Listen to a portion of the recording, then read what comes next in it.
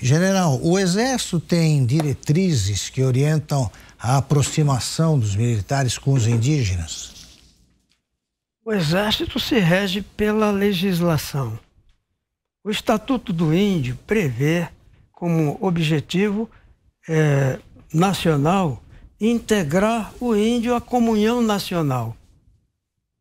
Essa jurisprudência vem do tempo do regimento do Diretório dos Índios do Marquês de Pombal, de 1756, e foi copiado pelas constituições brasileiras, desde a do Império, até que em 88 mudou o paradigma. Em 88 houve a influência de lobbies patrocinados de fora, como se diz ali, na comunidade de inteligência, pelo Conselho Mundial de Igrejas, lobbies que alteraram a jurisprudência histórica. De qualquer forma, não houve na prática uma mudança. O índio houve na parte jurídica, mas na realidade dos fatos não houve modificação. Cabe, pela estratégia nacional, integrar o índio à comunhão nacional. Quando eu servia no Ministério da Defesa, foi feito um programa apresentado a uma parlamentar na época, que o domínio, a hegemonia era da esquerda, entregue a uma deputada de esquerda, para que ela patrocinasse, apadrinhasse aquele programa que nós batizamos como Programa Marechal Rondon, Programa de Integração Solidária Marechal Rondon. A nossa proposta era que essas regiões remotas, por exemplo, na faixa de fronteira, em áreas inacessíveis, onde há comunidades indígenas, o Estado recrutasse o índio, formasse a mão de obra e qualificasse o índio como servidor público, representante do Estado brasileiro, para prestar aquele serviço essencial à sua comunidade em nome do Brasil. Então isso seria uma forma de levar assistência médica, de levar, assim como falou o cacique, a expertise do sertanismo indígena. Por que não recrutar o funcionário da FUNAI, o próprio índio, e não mantê-lo no local onde ele tem interesse em conviver, e dar status para ele, e dar o meio de vida para ele? Para isso teríamos que alterar a legislação existente. Mas eu acho que isso daí é possível fazer. Altera-se a legislação e esse programa integraria o índio teria orgulho, como se observa na comunidade de São Gabriel da Cachoeira, onde existem 34 etnias diferentes. O maior orgulho dos índios é prestar o serviço militar. Né? Ele se sente autoridade quando volta para a sua aldeia, ele se sente prestigiado e ajuda o índio a adquirir predicado de liderança que depois, na própria cultura deles, é útil. Isso tudo sem prejuízo da sua cultura específica, então, protegendo a sua cultura. Nos destacamentos que protegem a fronteira, são os indígenas. Exatamente. Então, isso daí seria o óbvio que deveria ser implementado, mas não prosperou. Não prosperou, acredito eu, devido à influência de ONGs a serviço do movimento ambientalista internacional. O movimento indigenista internacional é um braço do movimento ambientalista internacional. Para você ter uma ideia da eficácia desse tipo de atividade, existem na Amazônia, pelos dados que nós temos de 2019, que precisam ser atualizados, 105.706 ONGs. 105.706 ONGs somente na Bacia Amazônica. Somente na Bacia Amazônica. Então, é demais. Veja só, o financiamento dessas ONGs, logicamente, deveria ser pesquisado. Só que esse mesmo lobby que alterou o status indígena, o status jurídico dos índios, em 88, conseguiu incluir na Constituição o inciso 18 do artigo 5º, que é a cláusula pétrea, e que impede o Estado de ingerir nos assuntos internos das ONGs. Sabia disso? Não. Então, é por isso que o Brasil é um paraíso de ONG. É porque aqui elas podem atuar livremente, inclusive a serviço de organismos de inteligência estrangeira. Isso é muito mais barato usar ONG do que patrocinar, financiar a atividade regular de espionagem. Então, eu vi que o Cacique e o João já estavam trocando ideias ali. É muito importante. Poxa, é emocionante ver quem conhece. Que bom que o senhor está aqui, general. Que bom, faz bem. Pode dizer o que você está achando à vontade. Que bom para quem luta, como nós lutamos pela Amazônia, saber que tem pessoas. Isso incentiva a nós. É isso que ele está dizendo para mim. Veja bem, é simples. Eu sou oriundo de Santo Augusto, minha cidade natal. Nós falamos Santo Augusto, gaúcho. Alto Uruguai, divisa com a Argentina, as Missões. Então, lá nós temos os gloriosos índios Guarani, Caigangues, que na bandeira do Rio Grande do Sul está escrito assim: essa terra tem dono. E pouca gente sabe, infelizmente, nós não conhecemos a nossa história. Com esse ensino não dá para conhecer, né? Isso foi um índio que falou, porque lá onde eu nasci pertencia à Espanha, a Castela. E os portugueses fizeram a província do Sacramento em frente a Buenos Aires. E um belo dia resolveram fazer um brique, diz o gaúcho, uma troca. E foram nas missões e encontraram 7 cidades que ninguém sabia.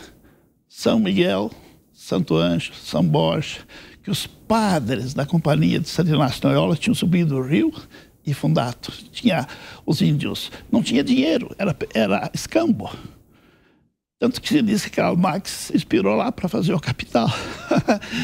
E falaram para o cacique, que era o coronel, vocês têm que ir para a Banda Oriental porque agora foi trocado pela colônia do Sacramento. Isso aqui não é mais de Castela, é de Portugal.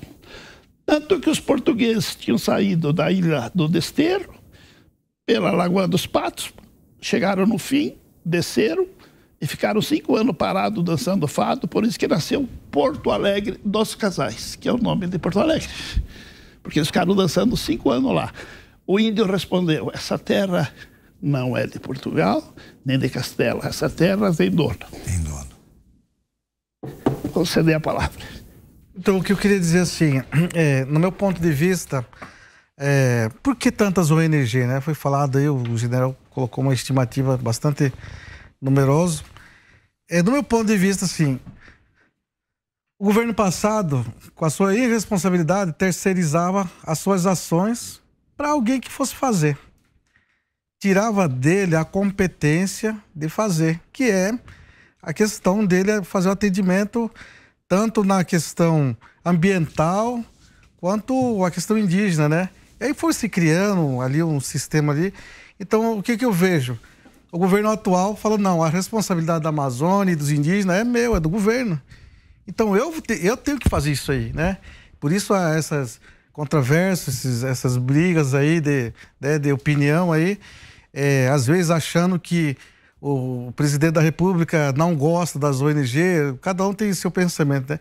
Mas ele está fazendo um fato de verdade. Eu tenho que assumir o meu papel de cuidar e proteger o que é a soberania nacional. Então, nesse ponto, eu concordo com ele. E aí, eu digo, quando o senhor fala assim, essa terra tem dono. Mas nós, indígenas, também, temos que também se posicionar. Essa terra é nossa, tem dono. Quem manda aqui? Quem manda aqui somos nós, indígenas. Dentro do meu território indígena, quem manda lá sou eu. Tanto é que quando ocorre um incidente dessa natureza que ocorreu com o Bruno, assim, o indigenista ali, eu sempre digo assim, ninguém entra na sua casa sem ser convidado. Quando acontece esse tipo de coisa, porque foi convidado, né? Então, assim, dentro das terras indígenas, só entra com autorização dos indígenas. Existem as narrativas, quando se fala em meio ambiente, no Brasil ou no mundo, vem-se em mente a Amazônia. Quando se fala em Amazônia, vem as matas, as selvas, os rios, os meios naturais ali, mas as pessoas só esquecem de uma coisa, da maior riqueza, o maior patrimônio da Amazônia, que é a população que mora lá dentro. Até hoje não existe ainda, e não sei, não vi, porque senão já estava funcionando, uma política de desenvolvimento daqueles povos lá de dentro. É o povo da Amazônia. Eu posso, alguém amanhã depois vai me corrigir, talvez, né? Posso estar falando neira. Mas no meu ponto de vista, quem está acabando com a Amazônia é o próprio povo que mora lá dentro. Porque eles estão ali, a Deus dará, buscando socorro, igual aquela pessoa que na estrada ali, quando você está numa necessidade, você parte para o extremo, você vai buscar o que está mais fácil. As grandes Você se refere tanto às tribos indígenas, como os próprios ribeirinhos, os moradores lá de dentro, porque eles não têm uma política lá de subsídio, de desenvolvimento para eles de forma legal, de forma regulamentada. No meu ponto de vista é isso, porque enxurradas de madeireiro, de mineração, de coisas que estão lá, aí a Polícia Federal chega lá, o Exército vai lá, tira, é igual porco do mato. Quando tá lá, eles fogem, quando saem, volta tudo de novo. Então, assim, eu tenho como experiência e exemplo, eu vou falar do meu território, terra indígena da Parecis, nós criamos um plano de gestão territorial. Dentro desse plano de gestão territorial, ela diz o seguinte: aqui pode produzir, aqui tem que preservar, aqui é aldeia, aqui não pode mexer, aqui é centro histórico, e aqui vocês têm que cuidar para as futuras gerações. Então, ninguém vai entrar lá para abrir mais um palmo de terra, porque o próprio indígena já sabe e não vai deixar. Então, é o próprio morador do local fazendo a sua preservação, cuidando daquele meio, porque ele depende dele. Quando se fala em meio, em questão ambiental natural, não tem outras pessoas mais do que nós indígenas falar sobre isso, porque nós vivemos, nós dependemos do meio natural. Nós dependemos de uma boa água de qualidade, precisamos de espaço para nossa alta reprodução, né? E também respeitamos os locais, porque eles são sagrados, está ligado com a nossa ancestralidade, os nossos espíritos, né? Então tem tudo isso a ver na questão de territorialidade, né? Então, assim, quando se fala nessa situação, eu vejo assim, eles estão discutindo a PL 191, que parece que é um bicho do outro mundo. Não é. Que trata do quê, cacique? A PL 191, ela trata da regulamentação da mineração. Isso nós vamos discutir isso. Da questão da produtividade em terras indígenas, né? Energias. Essa situação, né? Assim, eu sou a favor do que regulariza para os índios. Também aproveitar disso aí dentro das legalidades, dentro das normativas, né? Porque enquanto não estiver essas legalidades, essas regulamentação, vai continuar do jeito que está aí. As pessoas estão achando que do jeito que está aí tá bom, todo dia invasão, morte, pessoas ali. Então nós estamos criando um campo de guerra. Outra situação que o senhor falou sobre a questão da... Pode apartear. Por favor, cacique. Veja bem. Depois eu gostaria que você falasse que as pessoas não têm noção, muitos. Qual o tamanho da sua área? 1,5 milhão de hectares. Menos de 1%, 2%. Eles plantam 30 mil hectares. Você tem noção o que é isso? Pouco. Isso é talvez nem o Blairo Maggi plante tanto. Então, veja bem. Ele tem uma PCH que ninguém mostra, que é fantástica. Eu conheço. O excedente da energia vende para o mercado aberto. Eles criam peixe para eles e vendem. Mas eu queria completar sobre ONG, sobre nossos.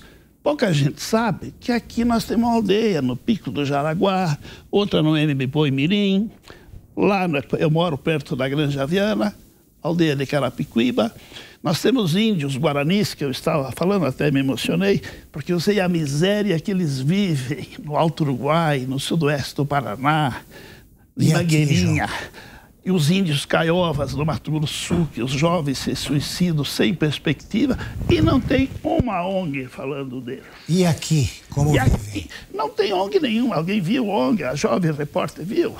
Até queria abrir rapidinho um parênteses, como eles falam bastante sobre ONGs.